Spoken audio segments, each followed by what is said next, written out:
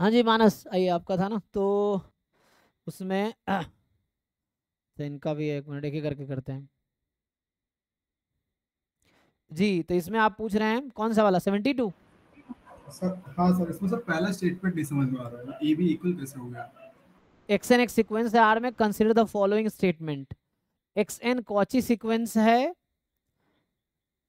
And x three N plus one a पे जा, देखो तो कह रहा है एक्स एन कॉची है, मतलब एक्स एन कन्वर्जेंट सीक्वेंस है। हमने पढ़ा है आर में जो होता है sequence convergent if and only if Cauchy, तो ये हमारा कॉची सीक्वेंस में कन्वर्जेंट है।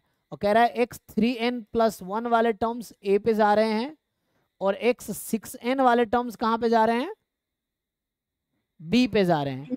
सो अगर कोई सीक्वेंस कन्वर्जेंट है तो सेम होगा दोनों। If and only if all subsequence convergent and they converge to the same limit.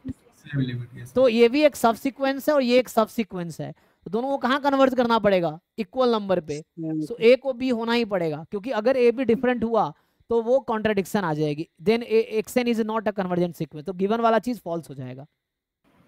अच्छा सर, मतलब आप ये जरूरी नहीं था कि जो दोनों सब सीक्वेंस है ये सारे टर्म्स को मतलब वो कवर कर ले, जैसे यहाँ पे ये दोनों सारे टर्म्स कवर नहीं कर रहे ना। नहीं नहीं जरूरी नहीं है, इसने देखो हमने ये कहा हमें गिवन है sequence is convergent, then all सब sequence will converge to same limit. तो मुझे दो ही सब सीक्वेंस दिया, हो सकता है इसके बाद 50 सब सीक्वेंस हो, मुझे उसने टू सब सीक्वेंस दिया, कहा कि एक सब सीक्वेंस ए पे जा रही है दूसरा वाला बी पे जा रही है।